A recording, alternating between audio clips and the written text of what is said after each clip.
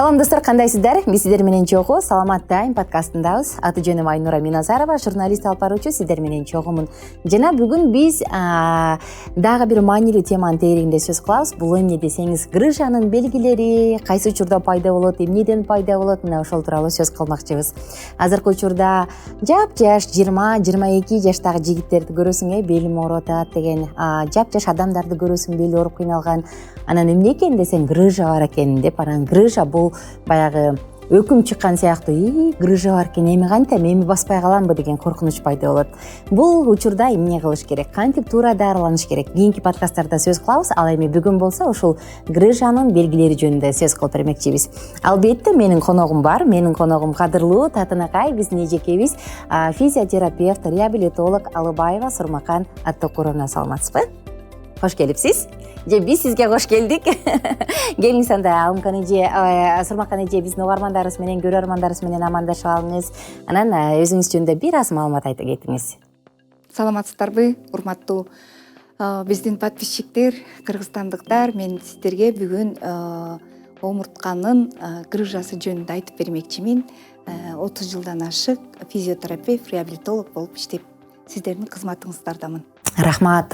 Сизде тажрыйба, адамдын басканынан келгенде эле байкап койсоңуз керек, мындай көйгөй бар экен деп. Рахмат. Ошол бүгүнкү кыскача 10 мүнөттүк подкасттын ичинде сиз бул жакка да илип койгон турбайсызбы? Грыжанын түрлөрү, анан алардын белгилерине бир аз токтолуп берсеңиз жакшы болот эле. Омуртка тутумунда эгерде грыжа моюн омурткасында жайгашкан болсо, моюн грыжасы деп атайбыз. Ошол моюн грыжасын биз каяктан билебиз да? Белгилери ушул моюн тутумундагы чыккан нервтер кайсыл органдарды иннервация кыла турган болсо, нерв тейлей турган болсо, ошол жакта эң башкысы оору пайда болот, ооруп баштайт. Мисалы, мына моюн грыжасында башы ооруйт, башы айланат, ал деген колдоруна берет, колдору чымырайт, колдорун чымырап, нерв кысылып атат да грыжа менен. Колдору чымырайт, ооруйт, анан колдорун жакшы көтөрө албай калат ооруганданчы. Анан үчүнчүдөн нерв жакшы иштебегендиктен колдорундагы эти качып калыптыр деп коет го, булчуңдар кичирейип баштайт. Бул жерде, грыжа моюн омурткада. Андан кийин мынакей көкүрөк омурткаларында жайгашкан грыжа боло турган болсо. Бул жерге бир аз токтоло кетсек, баш ооруу канчалык чанда кездешет же тез кайталанабы бул учурда? Тез эле кайталанат. Дарыгерге кайрылса эле томография өтүп, анан билинет да, грыжа бар жок экени. Анан бул жерде көкүрөк грыжасы болгондо, көкүрөк омуртка тутумундагы грыжа болгондо кайсыл органдарды, мисалы ички эң маанилүү органдарды, мисалы өпкө, жүрөк, калкан бези, ошондой эле боор, бөйрөк, ичеги, ашказан, уйку без, ушулардын баардыгын ушу көкүрөк нерв тутумунан чыккандар нервтер тейлейт да, ошолор кысыла турган болсо, ушул биздин ички органдарда проблема башталат да. Ооруйт, анан жүрөгүм ооруп атат, боорум ооруп атат, бөйрөгүм ооруп атат деп анан дары ичиле берет да. Саман деле эң негизги причинасы ушу грыжа дагы болуп калышы мүмкүн. Буга дагы эң чоң көңүл буруш. Эң эле маанилүү органдар жабыркайт экенде, ооруй баштайт экен. Андан кийин эң көп кездешкен биздин бел грыжасы, бел чычаң грыжасы, булар чогуу кетет, бирин улап. Бул жерде эң көп эмне үчүн кездешет? Себеби биздин тулку боюбузду көтөрүп жүрөт, эң көп күч келет. Анан биз отурганда дагы эң күч келген жер ушу биздин бел омурткалары болот. Ушул жердеги грыжа көп кездешет биринчиден, экинчиден мунун белгилери биринчи эле бел ооруйт, анан кийин бутка кеткен нервтерди кыса турган болсо, буту ооруп баштайт да. Эгерде сол бутундагы кеткен нервти кысып аткан болсо, сол буту чымырайт, уюйт, ооруйт, анан баса албай калат. Эгерде оң жагында болсо, оң жагы да ошондой болот. Эгерде грыжа омуртканын ортосунда боло турган болсо, анда эки бутка тең берип, эки буту тең баса албай калат да баягы. Чымырайт, уктайт, уюйт, баса албай калгандыктан бутун даже кое албай калат да. Бул бутка чейин берилет да, эмеге чейин, согончокко чейин. ошондо анан эттери кача баштайт, буту арыктап баштайт да, какой-то бир булчуңдар өздөрүнчө арыктап баштайт.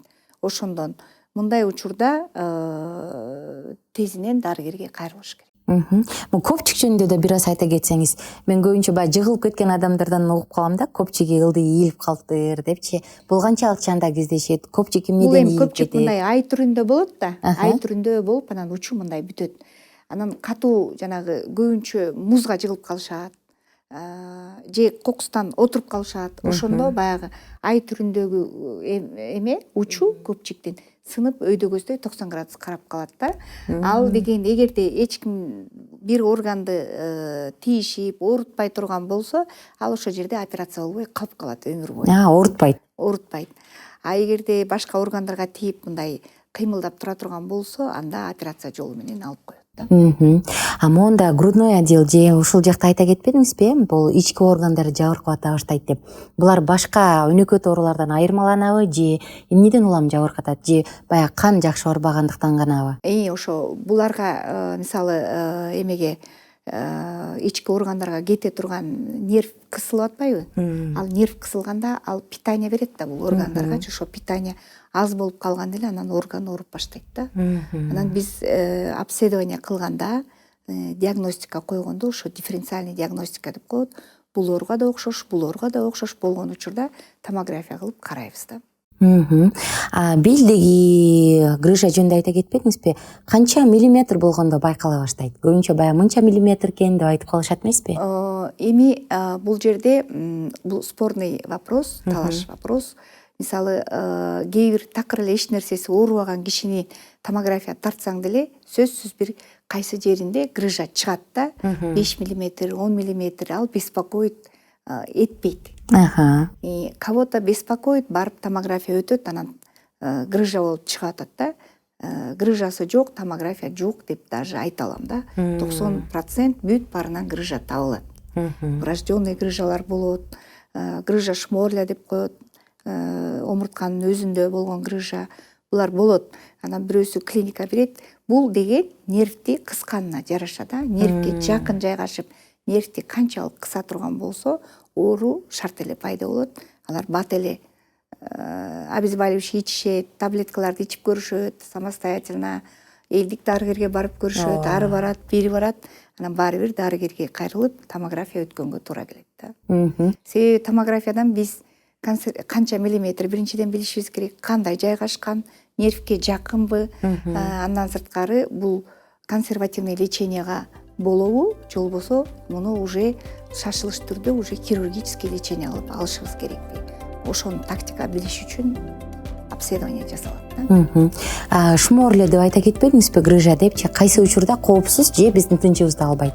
Ошол жөнүндө айтып берсеңиз. Шморле клиника бербейт. Ал томографиядан көрүп алып эле менин грыжам бар экен дейт. Ошондо биз карайбыз. Грыжа шморля бул клиника бербейт. Мындайча айтканда, оорутпайт ал.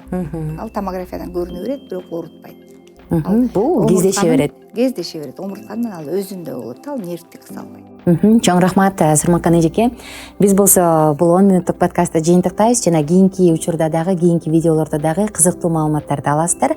Ошондуктан алыстабаңыздар. Эгерде биздин YouTube каналга каттала элек болсоңуз, катталып коюңуз, унутпаңыз. Кайрадан амандашканча.